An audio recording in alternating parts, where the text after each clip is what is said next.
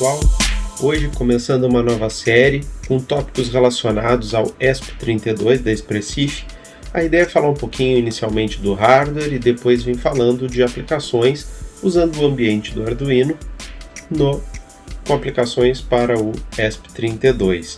Vocês vão ver que em termos de programação não muda muito, mas o hardware tem uma mudança substancial, certo? Então, vem comigo, vamos ver um pouquinho desse hardware, um pouquinho das características desse módulo e depois a parte de programação. Iniciando pelo site do fabricante Espressif, a gente pode ver um pouco da descrição dos módulos ESP32 possíveis de serem encontrados comercialmente. Notem que eu não falei processador ESP32, é um módulo, como a gente pode observar aqui na imagem do próprio site.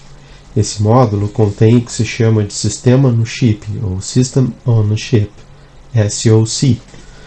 E esse sistema todo é presente nessa estrutura aqui, que é comercializada pela empresa. Ah, mas eu já vi placas, Rogério, que eu posso colocar no protoboard e usar.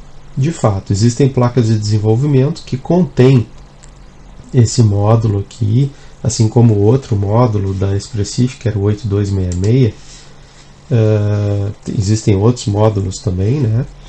E esses módulos são possíveis de se encontrar nessas plaquinhas de desenvolvimento, igual essa que eu tenho aqui para mostrar para vocês, certo? Essa que eu tenho aqui, que eu vou trabalhar e que eu vou produzir alguns vídeos junto com vocês, é a plaquinha que está na versão 1, certo? Ela usa um módulo ESP32, modelo WROOM, né? A gente vai ver que tem outros, e isso me permite algumas capacidades, certo? Capacidade de Wi-Fi, capacidade de trabalhar com sensores touch, tem conversores AD, DA, PWM, enfim, uma infinidade de coisas, certo? Bom, existem alguns modelos de módulos, o 32, o que eu já tinha comentado, 8266, tem também a série C e a série S, certo?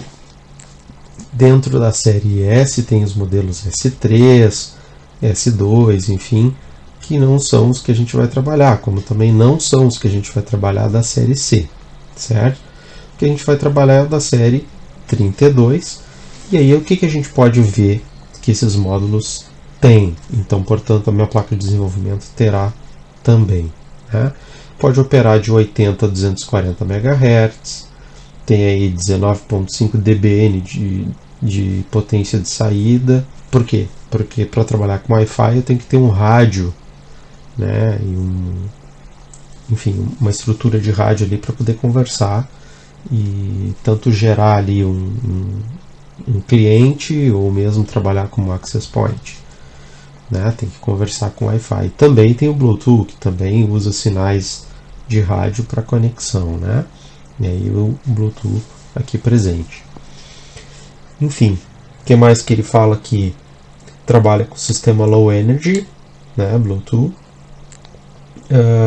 Quando ele está em módulo de baixa energia, ele consome aí menos de 5 microamperes, o que é muito baixo, então é possível trabalhar com baterias aí, e mesmo em aplicações wearables, né, porque o consumo vai ser significativamente baixo quando ele não tiver em uso intenso, ou mesmo quando estiver em sleep mode. Tem uma série de periféricos também que nos permitem então fazer diversas aplicações, dentre elas a interface para cartão SD, Ethernet, serial comunicação SPI, né, comunicação entre dispositivos em alta velocidade. Tem ali uma unidade aritmética assíncrona de recepção e transmissão também para comunicação serial. Trabalho também com I2S, I2C, aqueles displays, enfim, já tem interface pronta para isso. Existem alguns modelos de então SoCs, né, que podem ser utilizados nesses módulos. O D0WD versão 3, que é o mais recente, e o que tem na minha plaquinha de desenvolvimento, que é essa aqui. Notem que ele já até sugere aqui, ele não recomenda mais que faça o upgrade então para essa versão nova, tá? Muito provavelmente essa aqui já não está mais sendo comercializada. São poucas as diferenças, mas esse aqui é o modelo mais recente em uso. Alguns módulos então que são possíveis de encontrar é o WROOM32E, né? E aqui algumas placas de desenvolvimento que utilizam esses módulos, tá? O DevKit-C é um deles, que é muito parecido com esse módulo então que eu mostrei para vocês que eu estou utilizando, tá? Bom, então especificamente do ESP32, o que a gente tem? Um sistema em um chip que pode ser inserido numa placa de desenvolvimento, onde ali vai ter adaptação de 5 volts para o 3.3, vai me permitir também fazer conexão USB, porque aí eu vou ter nesse módulo, pegando aqui a imagem, né, do DevKit, eu vou ter esse integrado aqui que vai fazer a relação USB com a comunicação do módulo WROOM, ou ROOM. Aqui a entrada de alimentação 5 volts, seja via USB ou seja via placa, né, externa, se eu estiver usando esse pininho aqui, o GND. E esse regulador linear ele vai então ajustar para que numa tensão aí de, sei lá, de 11 até 6 volts eu consiga reduzir ela para 3.3 a ponto de alimentar esse módulo, certo? É o que esse integrado vai fazer. Também embutido aqui um LEDzinho e também botões aqui de Enable e de Boot. Antes de entrar especificamente nesses módulos de desenvolvimento, nessas plaquinhas de desenvolvimento, eu queria mostrar para vocês aqui as 3 linhas que o site da Espressif aponta como linhas de módulos ESP32 para uso. O ESP32 Solo Series, o ESP32 Room Series e o ESP32 Rover Series, ou ESP32, se for falar tudo em inglês, né? Então, a diferença básica deles é em capacidade, em adereço, vamos dizer assim, né? O Solo apresenta um único processador, o Room já é dual core e o Rover também é dual core, mas ele tem o SPI RAM, ou seja, tem uma memóriazinha RAM ali que os outros não têm. E isso a gente pode ver na especificação logo aqui abaixo. Ó. Nessa especificação a gente tem que o Room, né, ele já trabalha aqui com a versão D0WDV3, assim como o Rover também usa o Core WDV3, D0WDV3, que operam a 240 MHz. Ambos podem ter memória flash de 4, 8 ou 16, mas o Room não tem a minha memória lá, SPI RAM, e o Rover já tem com 8 MB. E no resto aqui é a mesma coisa em termos de periféricos.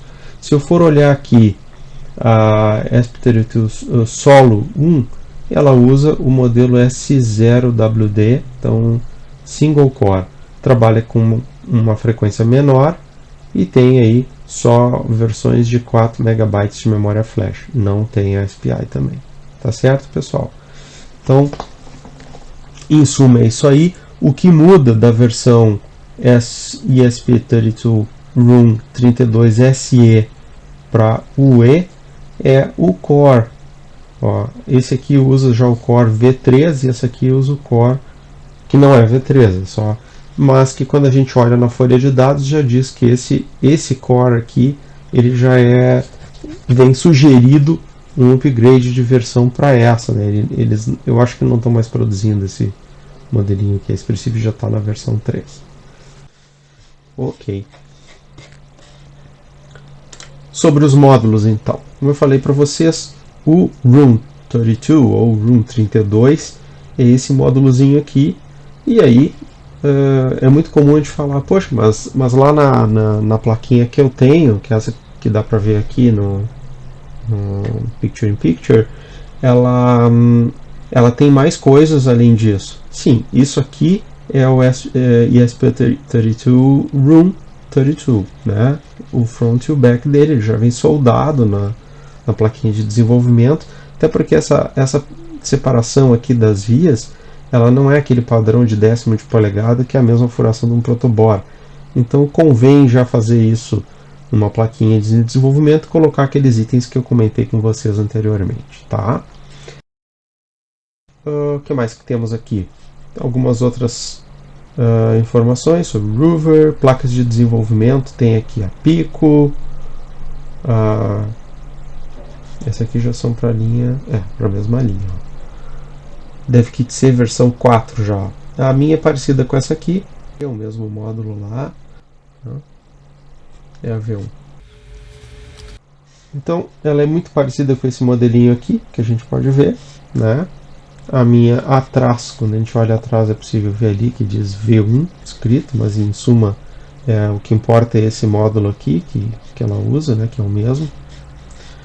E aqui é a série C3, não é? S2 também não nos interessa. E aqui a gente tem a DevKit C e aqui o que essa plaquinha apresenta, tá? 4 ou 8 MB de flash, I/O, conector USB, botões, LEDs. Aqui os produtos que podem vir nessa plaquinha, né? E aqui algumas páginas de como começar a usar e alguns códigos demo. Então, aqui a gente tem no Getting Started algumas coisinhas para o desenvolvimento do projeto. Se eu vier aqui em Windows, ele vai me levar, vamos clicar aqui, ele vai me levar para o pacote da Toolchain, né, para começar a usar. Então ele vai nos levar aqui para fazer o download do SPI-DF e todas as ferramentas para compilar código, enfim, e mesmo para enviar, configurar e enviar os códigos compilados já para a plaquinha, usando o microcódigo específico do ESP32, né? E por aí vai. É possível fazer essa mesma coisa trabalhando com essa plaquinha como se ela fosse um Arduino. Então acho que os nossos primeiros passos vão ser por aí, depois a gente vai ver como é que pode fazer para usar essas ferramentas todas de C, usando essa sequência aí e uma receitinha de bolo e tal. Então de início não vamos esquentar a cabeça com codificação e tal, porque vai ser lá em cima do Arduino. Próximo vídeo eu já vou mostrar como configurar para o Arduino. Embora tenha 200 mil tipos de vídeo aí falando a mesma coisa sobre isso, mas aí eu faço lá junto com vocês. É um vídeo curtinho.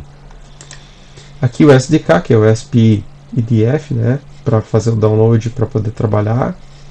Caso siga esses passos aí, não use o Arduino lá, tá? E aqui sobre hardware. Então aqui tem alguns PDFs então relativos ao hardware dessa placa. Né? Se eu for clicar aqui, eu já baixei, né, o datasheet da série ESP32.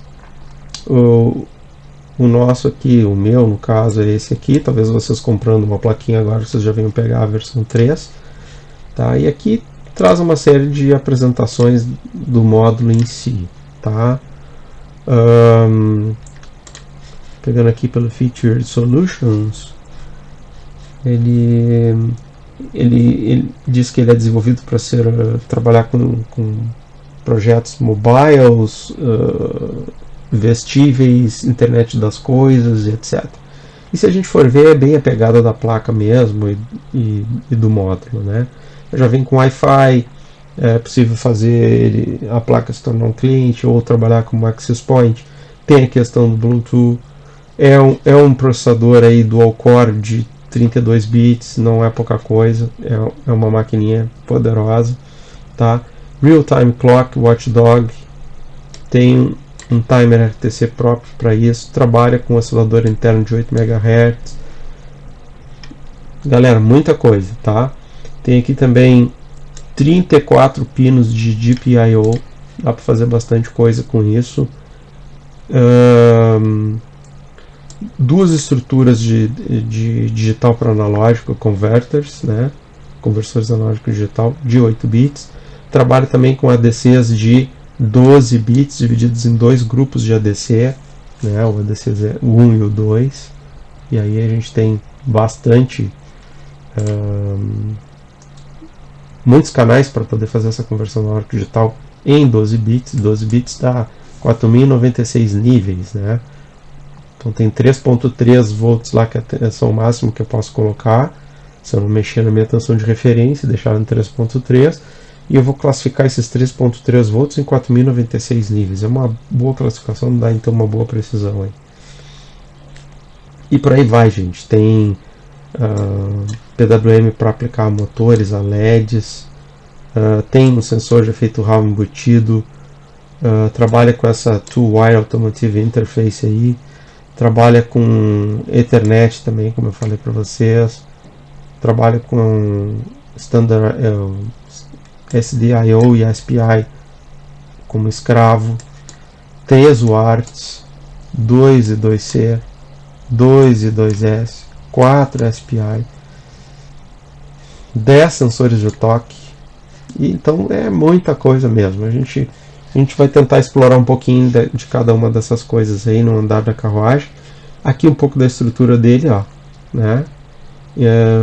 Uma memória flash embutida, e aí essas estruturas todas aí, né, de serial paralelo, I2C, blá blá blá blá, unidade aritmética de recepção e transmissão, parte automotiva ali, PWM, sensor de toque, conversor digital para analógico, analógico digital, timers. Tem a parte do RTC toda pronta aqui. Aqui a parte de criptografia para boot seguro. Aqui a parte do RF, né, para a parte de Wi-Fi e Bluetooth. Ó, os blocos estão todos próximos da estrutura de rádio ali. Tem um balão aqui para dar uma potênciazinha boa na saída. Que mais tem aqui? Se for trabalhar com one core ou two cores aqui, né? E as memórias ROM e SRAM. Então, galera, é muito completo mesmo, tá? E a ideia não é competir com o Arduino, porque é óbvio que o Arduino tem uma estrutura bem inferior. A proposta não era fazer um super processador, um super sistema microcontrolado, mas tem um microcontrolador confiável lá no Arduino. Eles não são concorrentes. O Arduino tem as suas aplicações, assim como o Atmega D56 tem as aplicações dele, é um pouco mais poderoso que o 328, mas cada um no seu espaço, no seu quadrado, né? A proposta da Espressif é bem como a gente leu ali no site, era mais integração, mais customização, e acaba oferecendo mais por um preço bastante atrativo. Foi por isso também que chamou a atenção. Mas não é para desbancar ninguém, cada um no seu quadrado, né? A própria linha do Arduino tem evoluído bastante. A gente vê a série Nano 33, a série Maker, então tem espaço para todo mundo, e a proposta é utilizar, é aprender e é ir para um lugar ao sol, né? Aqui tem um manual de referência técnica também, que é possível fazer o download no próprio site, aí fala um pouco mais. Galera, a gente vai ler isso tudo agora? Não, a gente não vai ler, mas eu tenho que imaginar que vocês no futuro próximo, ou quem já manja bastante dos paranauês aqui e quer desenvolver uma biblioteca, quer conhecer mais intimamente esses módulos, vai encontrar informação suficiente aqui para fazer essas bibliotecas. Por quê? Porque aqui entra em minúcias do hardware, o que tem lá dentro do SoC, como que o conversor AD funciona, o que ele chaveia, o que ele não chaveia, como é que eu faço para calibrar o conversor analógico digital, e por aí vai. Então as coisas vão a nível muito pequeno. E para quem vai construir bibliotecas para uso desse hardware todo, tem que conhecer isso a fundo e intimamente, certo? Mesmo fazer modificações nos temporizadores, fazer modificações no PWM, vai precisar conhecer a fundo como essas estruturas funcionam, certo? Então, esses manuais estão aí para ajudar. A gente vai precisar isso para as primeiras aulas? Não, galera, a gente não vai precisar disso. A placa vem pronta, eu preciso saber que ela trabalha com 3.3 volts. Eu preciso saber que algumas características específicas dos pinos, né? E a partir daí nós vamos programar essa plaquinha como se ela fosse um Arduino. E aí, conforme a carruagem avança, a gente vai pesquisando um pouco mais e vendo mais especificidades desses módulos da Espressif, ok? Então a ideia era quebrar o gelo nessa conversa. Quem ainda não tinha ouvido falar desse módulo ou quer saber um pouquinho mais sobre ele, e aí então já vamos para o próximo vídeo, que é como eu faço para configurar a minha ideia do Arduino para trabalhar então com o Espressif ESP32, lá a minha plaquinha de desenvolvimento. Espero que tenham gostado, pessoal. Na sequência, a gente vai ver um pouquinho mais sobre programação e casos particulares do ESP32. Obrigado, fiquem bem.